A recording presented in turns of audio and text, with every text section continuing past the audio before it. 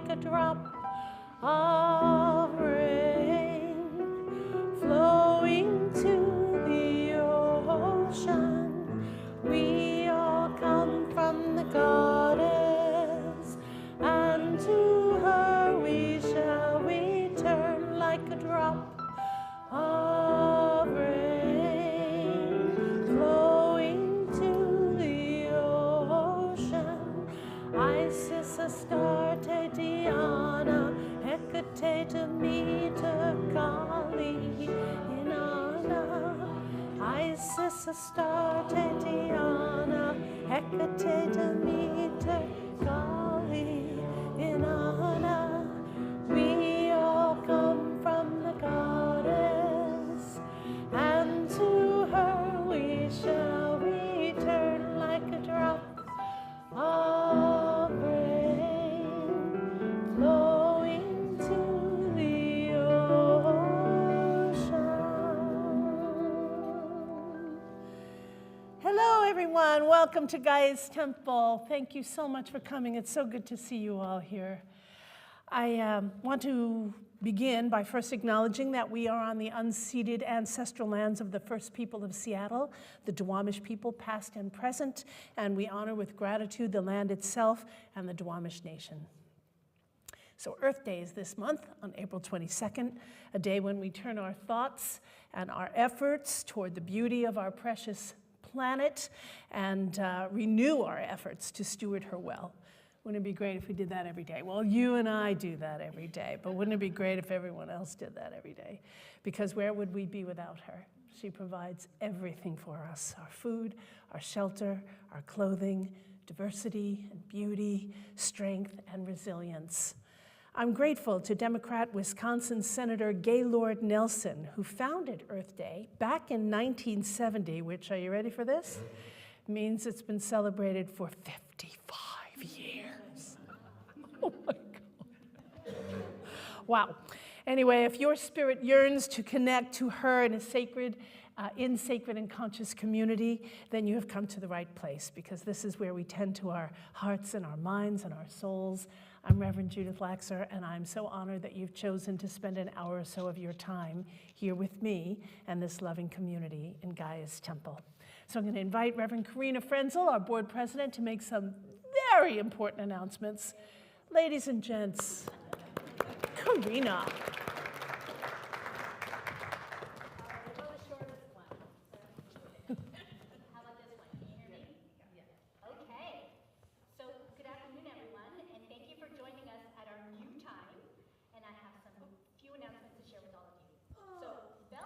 Is right around the corner, as we could tell with the beautiful sunshine we have, all the flowers blooming, dandelions.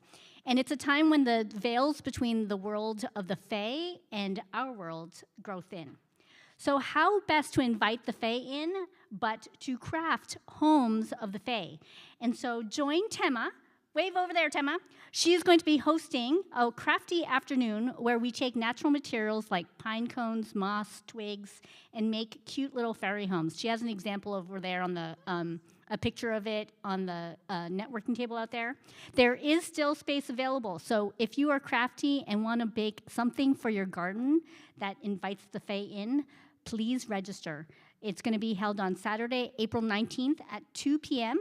Register on our website, www.guystemple.org, and go to upcoming events. Speaking of Beltane, our Beltane ritual will be held the following Saturday, on Saturday, April 26th.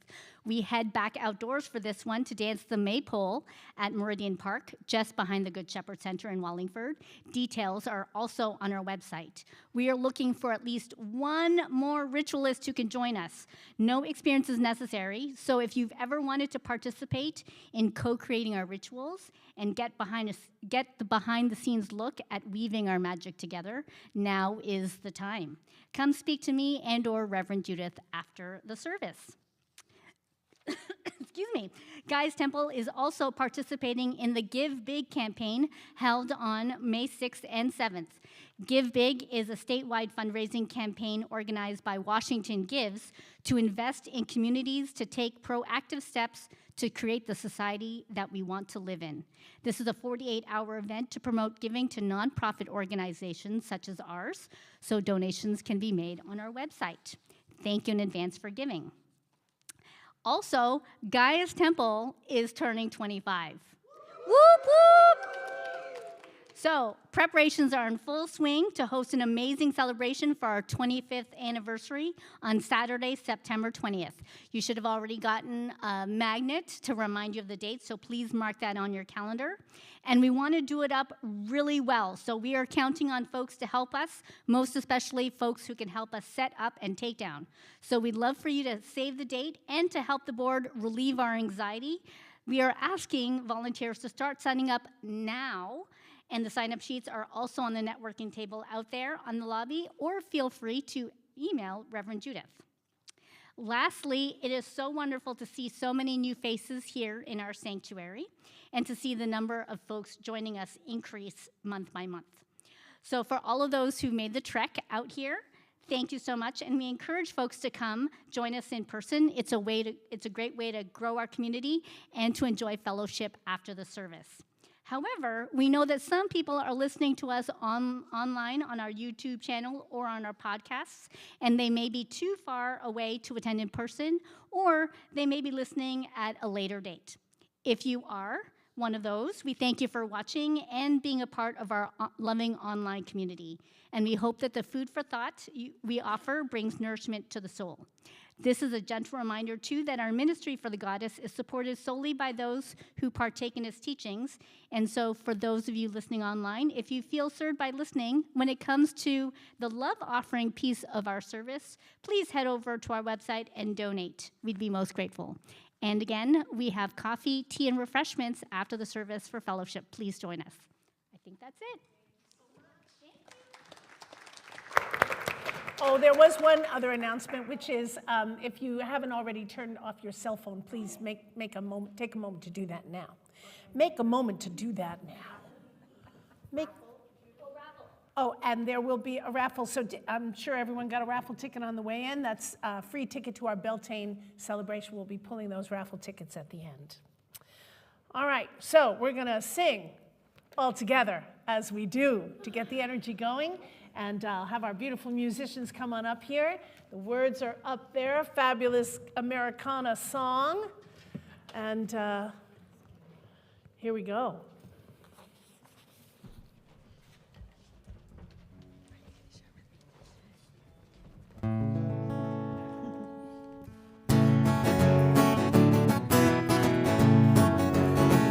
If I had a hammer, I'd hammer in the morning, I'd hammer in the evening, all over this land.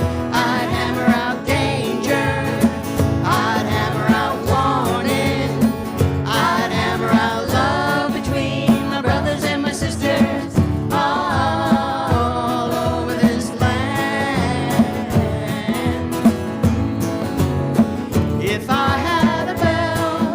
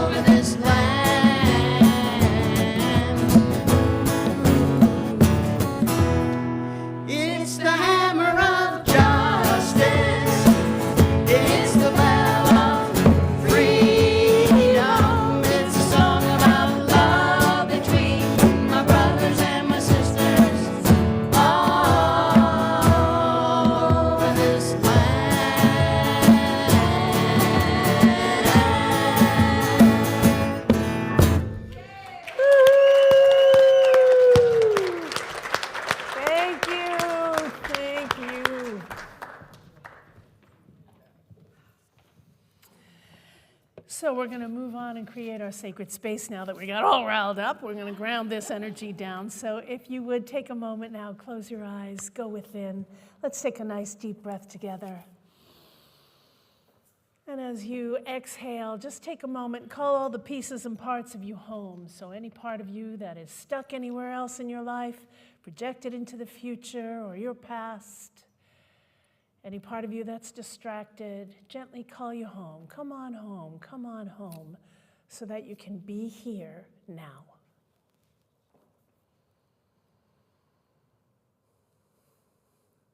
And breathe into that presence.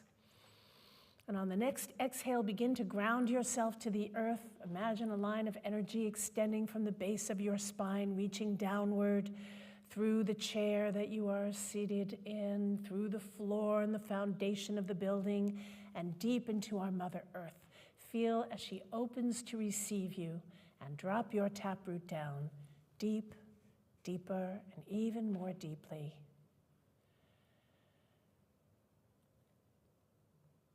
And when your taproot gets to the depth that it needs to be for your grounding, send out smaller little branches reaching out, taking hold. Imagine now that those rootlets and the main taproot become porous and start to drink the energy of Mother Earth in and up, fertile, strong, and loving. Draw her up, up, up. Let her transfer over into your spine. Keep drawing her all the way up till she reaches your heart. And when she gets there, let her rest. Take a deep breath to make more room for her. And we'll let the energy of the earth rest there for a moment. Look to the heavens now and find the moon. I don't know if you saw her last night. So beautiful and full. So she's just beginning to wane now. She's in Scorpio, and draw that deep, wise moon down. Imagine her silvery light pouring down onto you and into you. Drink her in through your crown. Drink her down through your head and your neck. She's making her way into your heart.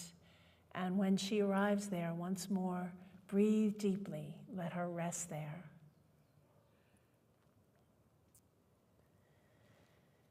And finally, look up to the heavens once more and find the sun, which is in Aries. Childlike wonder, robust energy of renewal and rebirth in spring. Beautiful sunlight outside today. Draw that warming, radiant light down onto you and into you, and draw him into your heart as well. And breathe deeply when he arrives, so that now the earth, the sun, and the moon are there in your heart. And in a moment, I'm going to ask us to take a deep breath together. And when we exhale, let's imagine that we can use our exhalation to push these three cosmic energies straight forward outside of our body. We'll imagine it swirling all around us, creating our safe and sacred space. So here we go. Deep breath. And out it goes.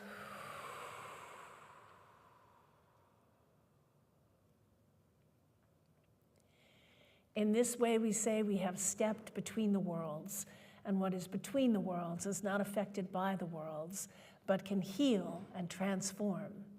And so we say, our circle is cast in perfect love and perfect trust. Blessed be. Blessed be indeed. Hey, Pam, how do you feel about coming up to light the candles while we sing? How spontaneous of you. I knew I could count on her. All right, we're going to sing in our elements now. Spirits of the earth, carry me. Spirits of the earth, carry me home. Spirits of the earth, carry me home to my heart and to air in the east. Spirits of the air, carry me. Spirits of the air, carry me home. Spirits of the air, carry me home to my heart. And to fire in the south. Spirits of the fire, carry me.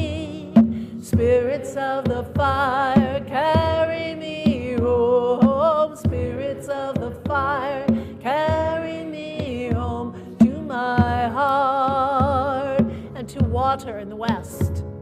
Spirits of the water, carry me. Spirits of the water, carry me home. Spirits of the water, carry me home to my heart and to spirit in the center. Spirits of the center, carry me. Spirits of the center, carry me home. Spirits of the center, carry me home to my heart.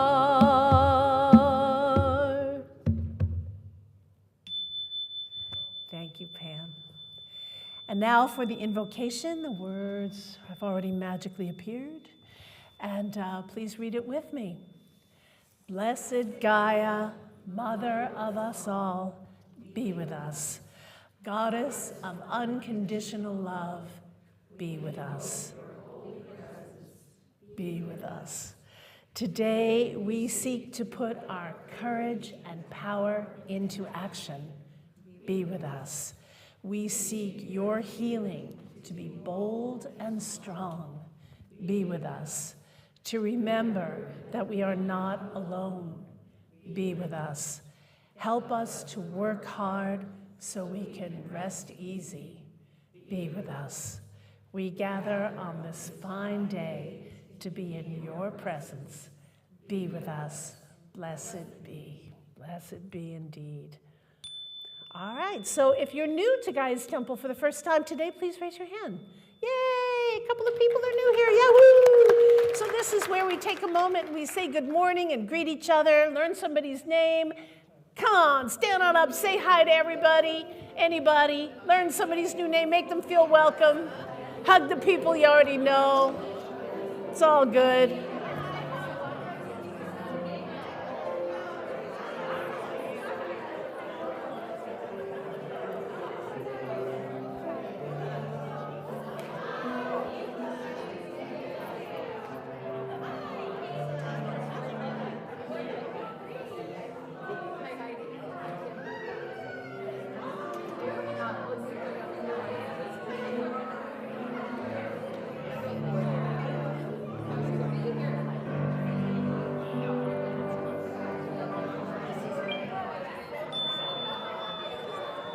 Lovely, very good, very good. See, first I can't get you to stand up, now I can't get you to stop. That's how it works. All right, I'm going to ask all the people who were born in the month of April to come on up to the front. If this is your birthday month, you come right on up here to the front, all those April birthdays. Here we go. Finally, you're here for it. Woohoo! When you're magic, anything can happen. When you're magic, you're a shining star. Listen to the moonlight call your name. You know who you are. Believe in magic, let it carry you to wonders near and far. Love is magic, love is true. Love is who you are. When you're magic, anything can happen. When you're magic, you're a shining star. Listen to the moonlight call your name. You know who you are.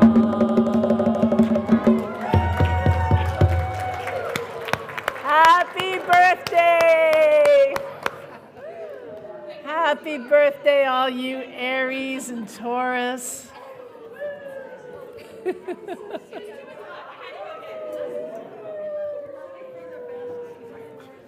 Podcast. Yeah. All right. Well, that was a record, 3 times. That's an Aries for you. Oh, that's so great.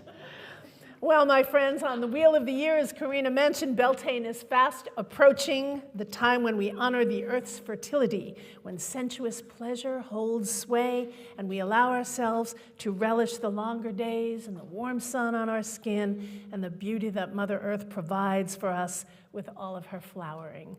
Beltane ushers in the season of summer on the Wheel of the Year, and it seems like this is rather sudden, right? Like all of a sudden in summer, albeit it is a long-awaited occurrence. 1/4 of the solar year is behind us already. Time is such an interesting concept, isn't it? On the one hand, it seems like time is speeding faster than it ever has. And on the other hand, it seems like years have trudged by since the 3rd week in January. I called the January service Courage Required. And I started the service by stating that it seems everywhere we look there is trouble, and we know that more is coming. So when I say that courage is required, I mean just that. If we haven't already, it's time to find, familiarize ourselves with, and strengthen our courage. Courage is defined by not being deterred by danger or pain. And bravery is courageous behavior or character. So when we are brave and courageous, we stand firmly on our moral ground. To do this, we develop our ability to withstand hardship, to be flexible and resilient, to learn what matters most to us, and then do the work to protect it. I called the February service the pleasure principle, and I talked about how when things get chaotic, as they clearly are these days, pleasure usually goes right out the window completely.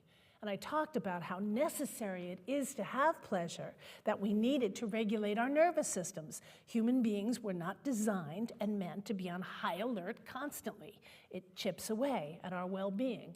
It disempowers us. We get sick in body, in mind, and in spirit. And since we need to stay strong, we must make sure to cultivate and enjoy pleasure along the way, even amid the chaos, because it counters the stress that we are under. Pleasure is medicine. And I called the March service the sacred temple within. And I talked about how we each possess a sovereign space, which is the place deep within each of us that nothing outside of ourselves can ever touch. If we remain deeply and actively connected to this sovereign space within, then we can trust that no matter what happens out there, our soul is safe and at peace within. So I wanted to remind us of these 3 principles of courage, pleasure, and sovereignty, because when they align and are operative within us, we can more easily, more surely, and more consistently put into action what is necessary. Now is the time for us to be as active as we possibly can to counter the unethical, immoral, damaging, and dangerous policies and practices we see occurring. I know it is an understatement to say that we are living in dangerous times. These are precarious times, but it's the absolute truth. They are indeed. Everywhere we look, inhuman actions are happening. The institutions that have secured our way of life are being dismantled. The very worst decisions are being made, and ridiculous policies are being ushered in. There is an undercurrent of fear and dread. I'm sure you're feeling it too. And as time goes on, our disbelief that this is really happening can morph into a kind of helplessness, a kind of hopelessness. Now, for us as a spiritual community, and for each of us as spiritual beings, this is the time to take a strong and courageous stand for what is moral and ethical and loving and caring. This is the time when we must lean into our faith and stand our ground. This is one reason why grounding ourselves to the earth, as we did at the beginning of our service today, is such a good practice, and it's so readily available. Like, we shouldn't forget. We don't only do it when we're here or when we're doing a ritual. Like, you can ground yourself a million times a day. When I hit the wall with all the madness, when worry takes me in its suffocating grip, when fury rises and threatens my good judgment and my best behavior, when my sorrow threatens to drown me in despair, I ground to the earth. Sometimes I'm a little late in grounding to the earth, but I remember, oh, I can get back and ground to the earth. And it helps me to come back to myself. It helps me to stand steadier. I can take a stand and keep it so much more easily when I'm grounded to the Great Mother. So let's take a moment now. Let's just go within once more. If you would, close your eyes and go within. Take another deep breath. And reconnect to that grounding core deep in the earth. And if you came in after we did that, go ahead and ground yourself now. Let's just take a moment to breathe. Just breathe while grounded. Nothing more than that. Feel your root and roots in the earth. Feel your lungs as they expand and contract.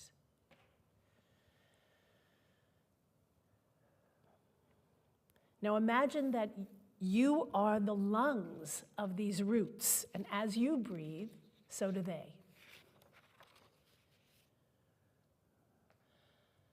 So now inhale, nice and slow and full. Fill your lungs completely and feel as your roots swell a bit with clean, life-giving oxygen. And then as you exhale, slow and fully, feel as your roots release any stress your body is holding. Do this again, this time releasing any stress your thoughts are holding on the next breath.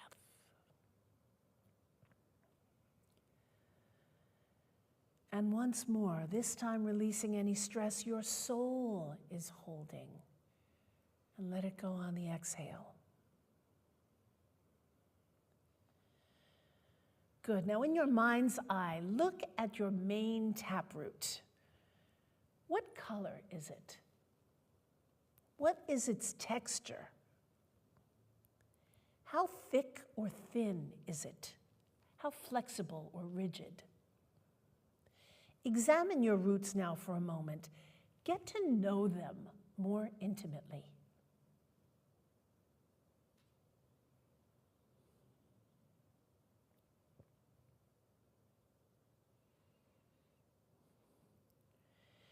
And now follow that main taproot down, down, down into the earth, all the way to the very end where those rootlets meet the body of our mother. Feel the loving caress of her life-giving body. See how deep those roots go. Past the rocks and the critters and other roots, deeper than the undercurrent of unease that we might be feeling, beneath our fears and worries, below what can be influenced or affected by what's happening on the surface of the earth. That deep. And now imagine that your root and rootlets drink in strong, healthy minerals from the soil. And feel how much stronger and healthier your roots feel. Drink in her mineral strength.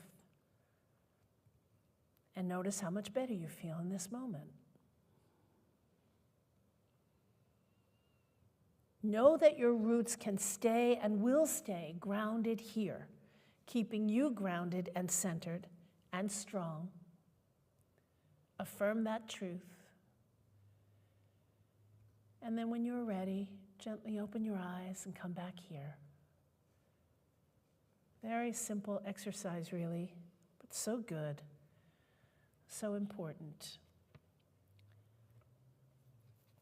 So easy, really. So, about this situation we find ourselves in. Now, I don't think it's wise to dismiss our fears because they rise from the realities that we are facing. But just as when we fear anything, even before this recent turn of events, it's okay to be afraid. But being afraid is not permission to relinquish our responsibility. It's okay to have fear. It's not pleasant, but it makes sense. And we must still show up. Bring your fear, bring your fury. Do like Valerie Kaur says in the Revolutionary Love Project, and channel those emotions as fuel for your actions.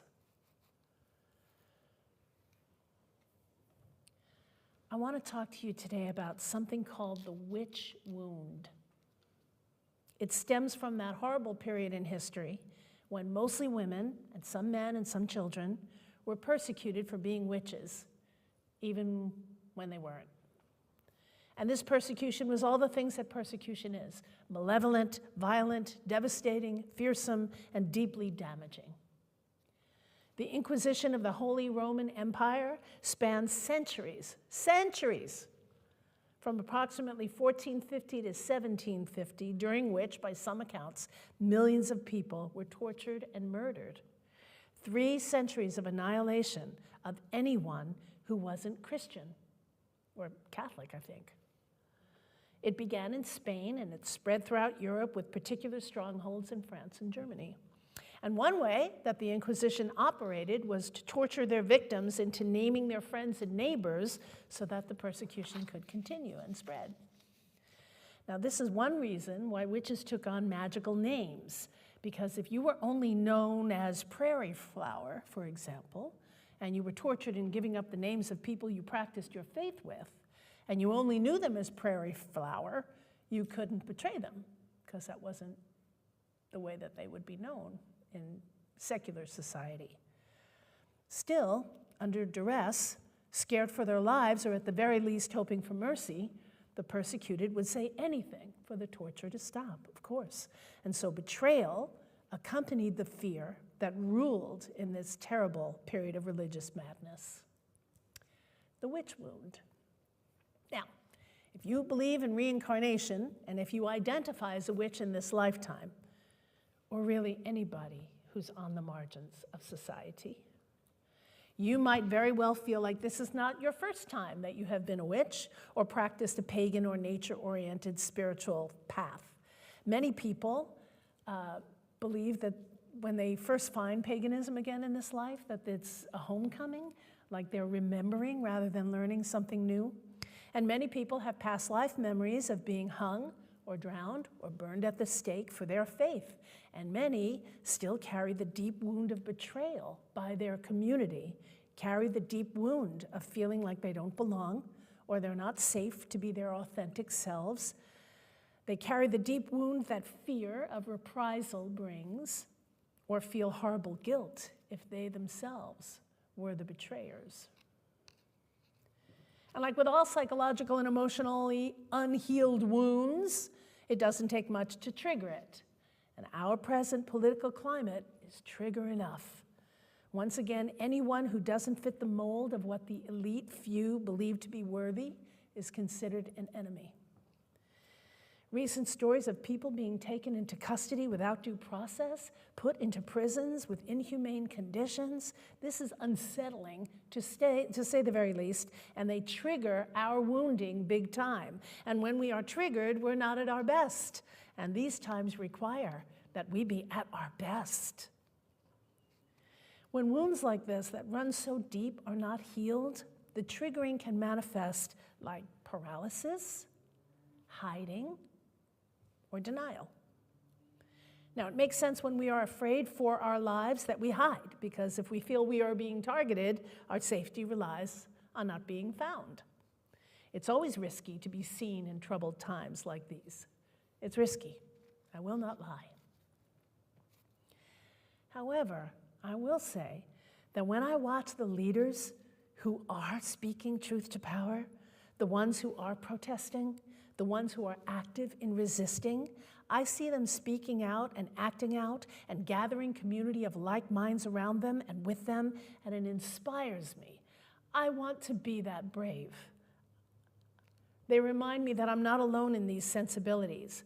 They remind me that there is safety in numbers, and that now is the time, before it goes even farther, to become active in our resistance to what we find untenable. Now, I'm not suggesting that we throw caution to the wind and seek danger. Rather, I am suggesting that we recognize that danger is already upon us, and what we do about it now becomes our legacy. What we do about it now will determine how the future plays out. I don't know about you, but I want this madness to stop. I want it to stop now. And that's not going to happen if we do nothing.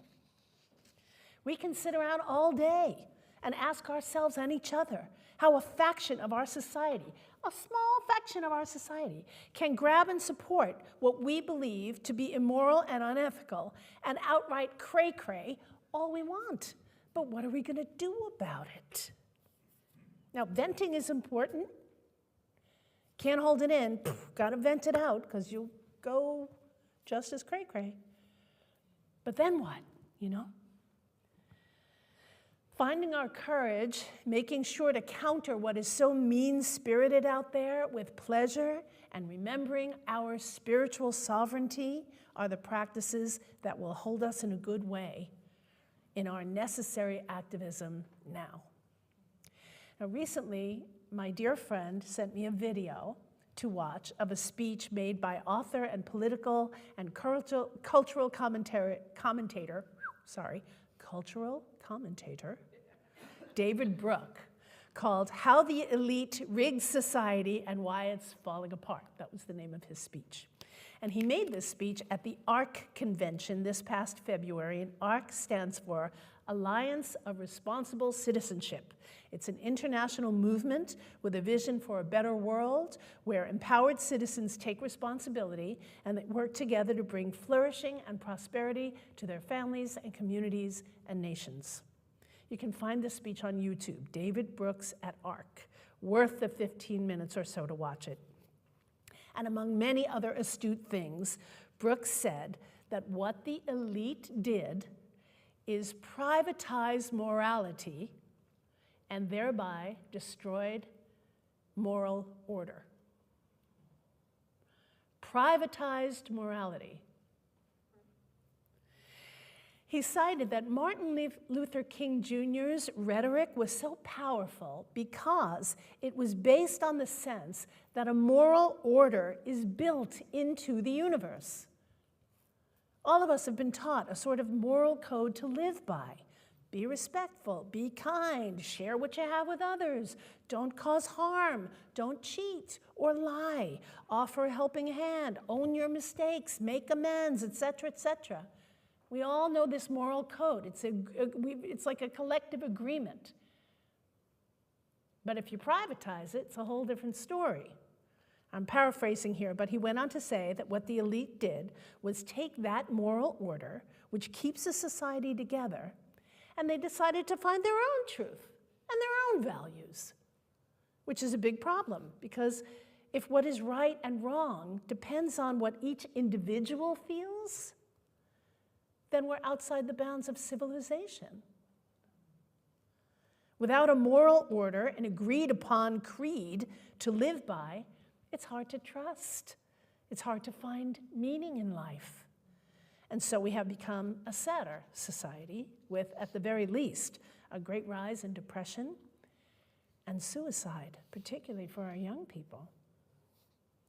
Privatizing morality.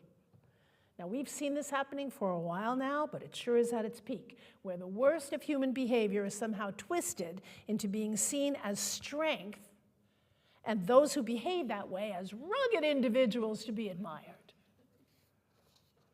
There is nothing admirable in immoral behavior. I don't care how you spin it. The millions of people who protested on April 5th show us that we're not alone in attempting to uphold the moral order of the universe, to work toward keeping it intact, in not following what the elite few are doing in their greed for power. That is the very good news. The expression, the elite few, reminds us that we're not part of their club, but we are part of a much larger, much more moral and ethical group of humans who truly seek to be loving and caring and are willing to make the necessary sacrifices so that the less fortunate and privileged than us, those who have been oppressed for so long, get prioritized. They get to go first now, or at least they ought to. And we must act to protect them and thereby protect ourselves. I'm sure we've all heard this quote by Martin Niemöller, who said, "First they came for the socialists, and I did not speak out because I'm not a socialist. Then they came for the trade unionists, and I did not speak out because I'm not a trade unionist. Then they came for the Jews, and I did not speak out because I'm not a Jew. And then they came for me, and there was no one left to speak for me." When we protect others, we are protecting ourselves. Now, there are many ways to be an activist, and not all of them mean being on the front lines or hitting the streets in protest. There is joining communities to support those resistors and change makers who are on the front lines. There is the 5Call app, which you can put on your phone. It gives you the names and numbers of 5 senators or congresspeople to call with your concerns to let them know you are awake and aware and how you want them to vote as your representative. There is supporting these people financially, writing letters and postcards to educate and engage those who remain apathetic or are at sea, doing the administrative work behind the scenes. There's lots of ways. And make no mistake, activism also looks like being kind to those we know, and perhaps even more importantly, to those we don't know. It looks like remembering to say please and thank you. It looks like using your turn signals to be the one to smile first, to offer a helping hand, to show up, to go the extra inch for someone in need, to pay it forward.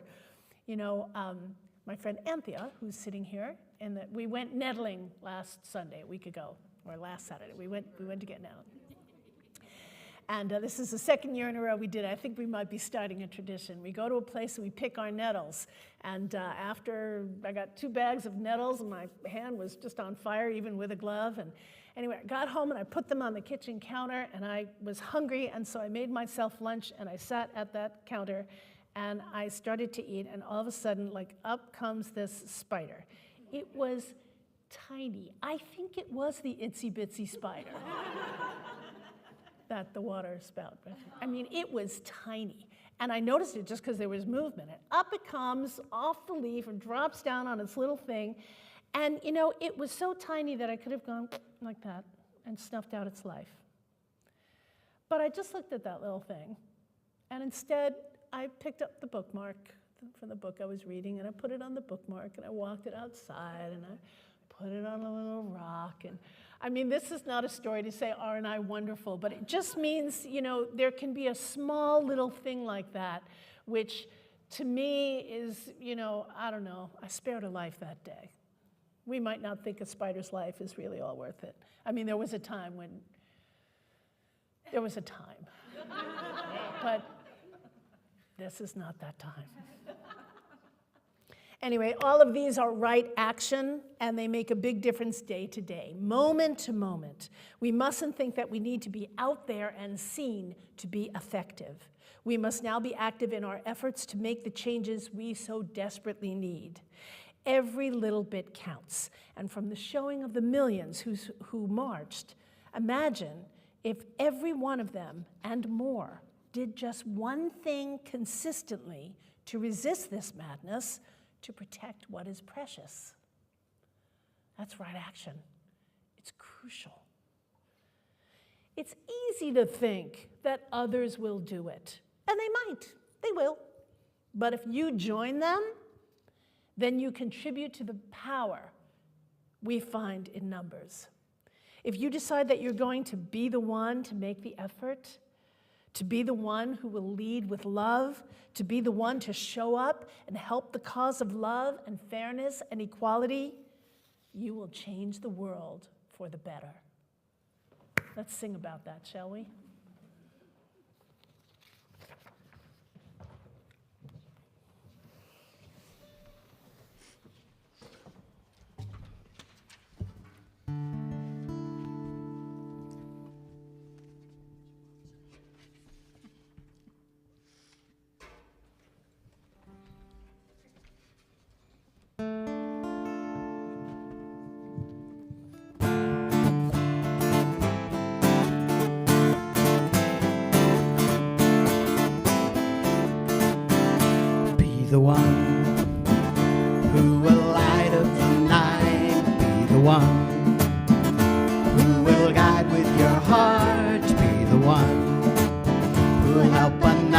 to stand. Be the light, be the love, be the one.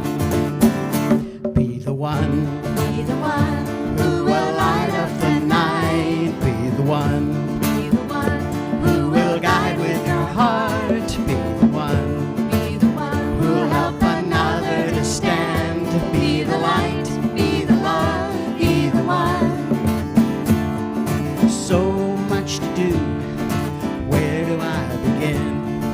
How can I lend a helping hand to build a bridge, remove a divide, to bring peace and love into light, and be the one Be the one who will light up the night. Be the one Be the one who will guide with your heart. Be the one Be the one who will help another to stand. Be the light, be the love, be the one. Let's make a difference. Join hand in hand. Together we'll take a stand. United in heart, united in song. Together we'll let our voices ring and be the one Be the one who will light up the night. Be the one Be the one who will guide with your heart. Be the one Be the one who will help another to stand. Be the light, be the love, be the one. Let's join together and bring in the light. Let's join together and lift each other up. Let's join together because we are love. And now let's be the one. Let's be the ones Be the one who will light up the night. Be the one Be the one who will guide with your heart. Be the one Be the one who will help another to stand. Be the light, be the love, be the one. A movement is started, now hope is alive. Each day brings more change. I see the light shining brightly in your eyes. We'll make it one step at a time. And be the one Be the one who will light up the night. Be the one Be the one who will guide with your heart. Be the one Be the one who will help another to stand. Be the light, be the love, be the one. Be the light, be the love, be the one. Be the light, be the love. Be the one.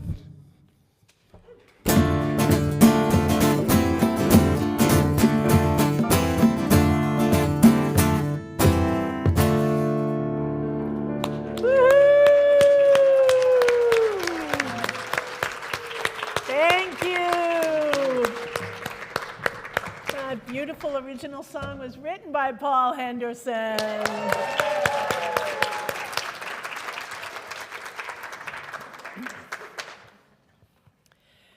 You know, at the end of the day, don't you just love that expression, at the end of the day? It refers to the time when we lay our weary heads on the pillows to sleep at night, and in our minds, we review what took place that day and what we did about it. At the end of the day, we take a sort of inventory of how it all went. When it comes to the bigger things that affects not just our lives on the daily, but all of us, like the hot water that we find ourselves in right now as a nation, the meaning of at the end of the day morphs, for me, a bit and becomes at the end of my life. I often think there as I lay before falling under into slumber, if this was the last day of my life, how would I feel about how I did?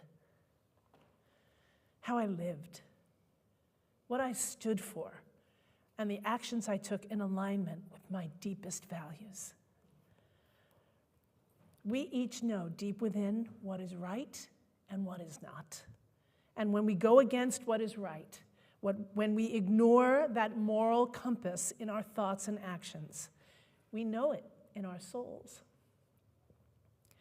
I believe we come to this earthly plane to learn the lessons our souls need to evolve. So at the end of the day, did I learn those lessons? Did I meet the challenges the goddess tossed into my life? Did I respond with courage and strength and compassion? I'd like to believe that I'm doing so.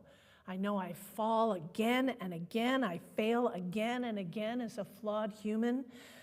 But this is a very helpful thing to ask yourself at the end of the day. If I were to leave this earthly plane right now, how would I feel about how I lived? I know it helps orient me. It helps inspire me to do better at the beginning of the next day to come. It inspires me to remember that I can think my thoughts, and I surely do, and that is great, and some of them are amazing and wonderful. But when I review my life at the end of the day, it is my actions that have meant the most. It is my actions that have been the most effective. Despite my thoughts and feelings, how have I shown up? How did I do? That's a beautiful thing to contemplate. Blessed be.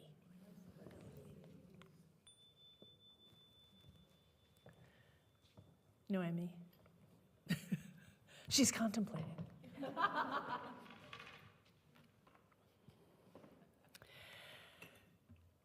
Thank you. So this is where we open up our floor for community prayers. And we're doing that a little differently now. We're having people come up to the microphone. If you have a prayer that you would like to say, feel free to speak it into the microphone so we can hear what it is that you are asking for. When you're finished, say, blessed be, and we'll go on to the next person. So all prayers are welcome, and if you have one, come on up. We'll use that one all the way on the end.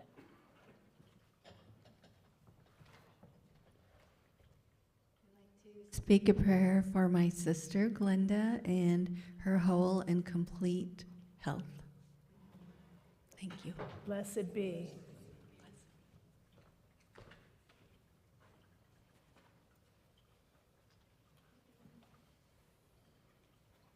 So far.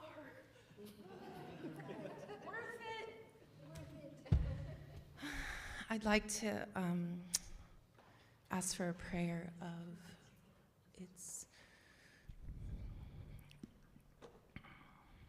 it's like a sensitivity to all the changes that we are seeing around us, like maybe a prayer of healing and restoration for the earth and for our psyches of all the change that is around us.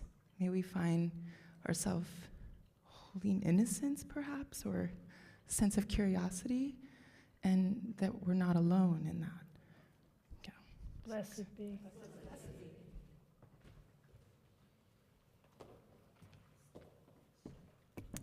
I want to send out a prayer of thanksgiving that I was able to go home to Canada to visit my father, who is elderly. I am an immigrant, and I'm on a green card, and so this is the first time that I've ever felt fear to have to go home, and I had to make the difficult decision to go home, so I'm very thankful that I was able to make it there and back safely. And I know that I'm one of the few that were able to do that. And so I'm sending out a prayer to all immigrants out there who are afraid to be able to go home to be with their family and are uncertain about their status here in this beautiful country that we call home. And I also want to send a prayer out to my friend and my neighbor who had a bone marrow transplant on Thursday. It went successfully, thankfully, and she starts her last chemotherapy trial tomorrow. So sending out a prayer of healing and love to her as well. Blessed be. Blessed be. I have a prayer for me that my current client relationship become less toxic, and I have an interview on Monday for a different client that I am hoping would be a good fit to switch to, so hoping that goes well. Blessed be. Blessed be.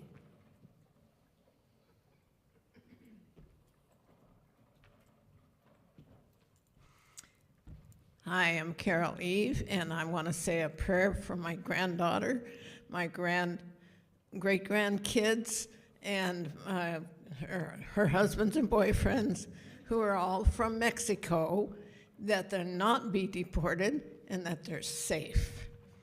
Blessed be.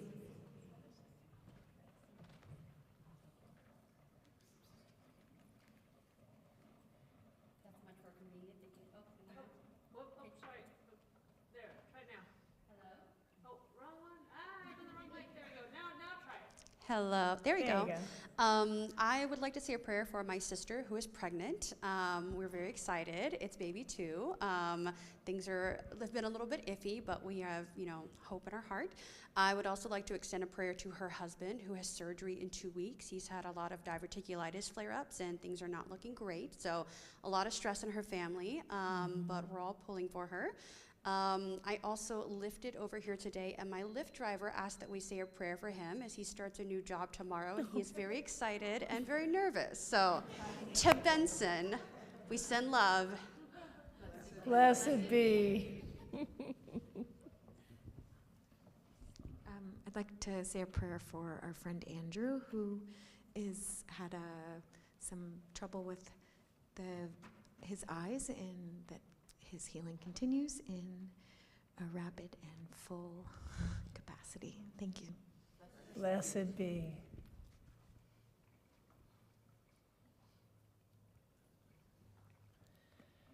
May all our prayers, spoken and unspoken, be heard and answered. Blessed be. All right, so it's raffle time. Everybody get a raffle ticket on the way in? This is the time to get your raffle ticket out. 1 second. All right.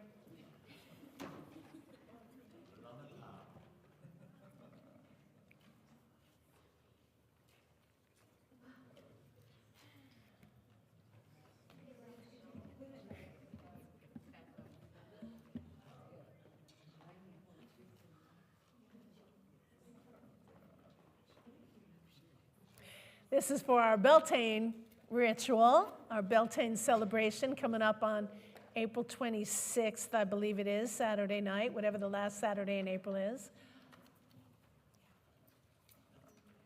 Did you not get one also? Oh my. Well, let's make sure everybody's got a fair shot. Oh, we have up front here too. And there we go, 3 people here, my goodness gracious.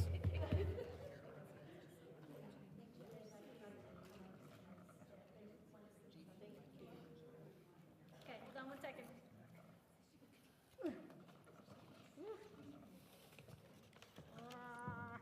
All right, my friends.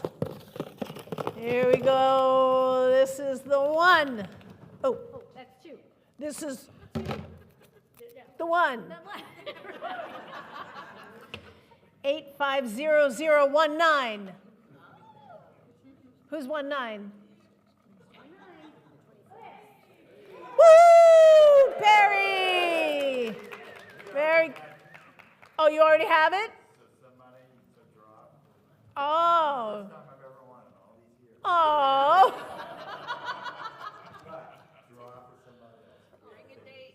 All right, should we pull one more? Let's pull another one. What the heck? What the heck? Maybe it should have been that second one that I'm going to toss it in there. Okay. This one ends in 04. Woohoo!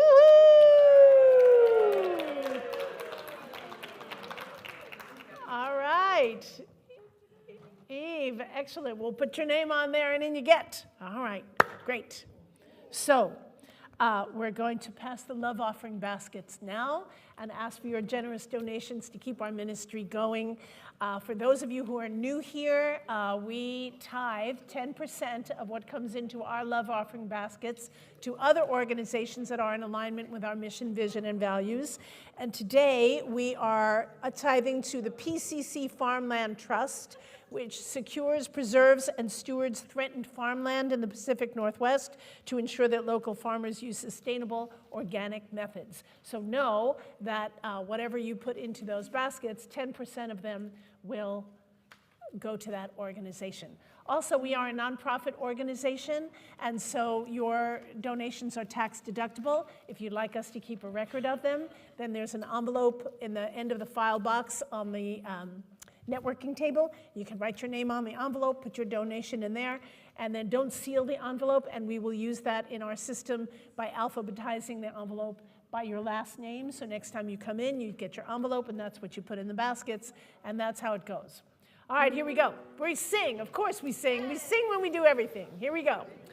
Thank you, Mother, for your gifts. Thank you, Mother. We are following your way. Thank you, Mother, for your gifts of love today. Thank you, Mother. We are following your way. Thank you so much. Thank you so much. This ministry happens because we support it. We don't have a large diocese somewhere that says, here, have a building, here, to have everything you need. This is us. We're doing it together. Thank you so much. Means so much. Okay. Speaking of thank yous, we'd like to thank all the people whose efforts went to putting on this service here today, beginning with our beautiful pianist, Kathy Sestrap. And those who provide such beautiful music, please stand up. Paul Henderson, Gina Salah, Kim Kramer, and Andrea Carino. Thank you so much. To the Board of Directors for Gaia's Temple, Reverend Karina Frenzel, Noemi Chaparro, Tema Gotchberg, and Christine Steele, thank you so much. And to the tech crew, I don't know where Sarah, oh, there she is. Sarah, thank you so much. Tema, thank you so much. Noemi, thank you so much for all the tech support. And to Shoreline UU for sharing their beautiful sanctuary with us. We are most grateful. So my final thought today is a quote by climate change activist Greta Thunberg, or maybe it's pronounced Greta Thunberg, who said, the one thing we need more than hope is action. Once we start to act, hope is everywhere. Blessed be. All right, we're going to release the directions. Pam's going to blow those candles out.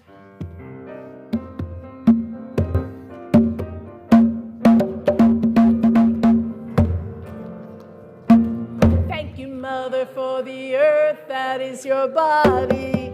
Thank you, Mother, for the earth that is your body. Thank you, Mother, for the earth that is your body. Thank you, Mother, for your love. Thank you, Mother, for your love. Thank you, Mother, for the air that is your sweet breath. Thank you, Mother, for the air that is your sweet breath. Thank you, Mother, for the air that is your sweet breath. Thank you, Mother, for your love. Thank you, Mother, for your love. Thank you, Mother, for the fire of your spirit. Thank you, Mother, for the fire of your spirit. Thank you, Mother, for the fire of your spirit. Thank you, Mother, for your love. Thank you, Mother. Thank you, Mother, for the waters of your sacred womb. Thank you, Mother, for the waters of your sacred womb. Thank you, Mother, for the waters of your sacred womb. Thank you, Mother, for your love. Thank you, Mother, for your love. Thank you, sky. Thank you, ground. Thank you, Mother, won't you spin me around? Thank you, sky.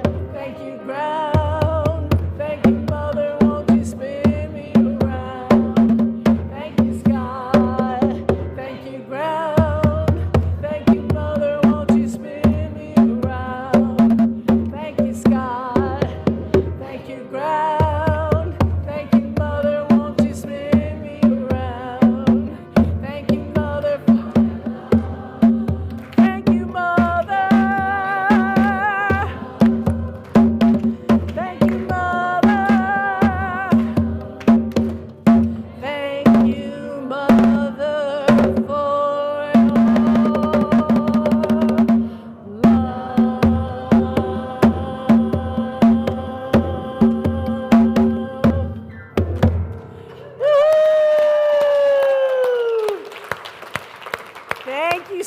let's make one big, beautiful circle around the room, shall we?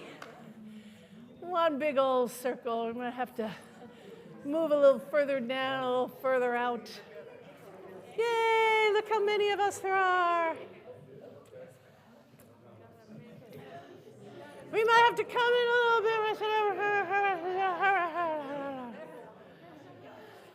Okay, it's kind of like a circle.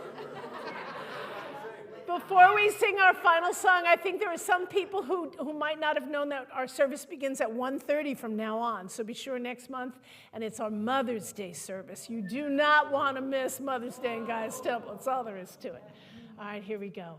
The circle is open and unbroken. May the love of the goddess go in our hearts.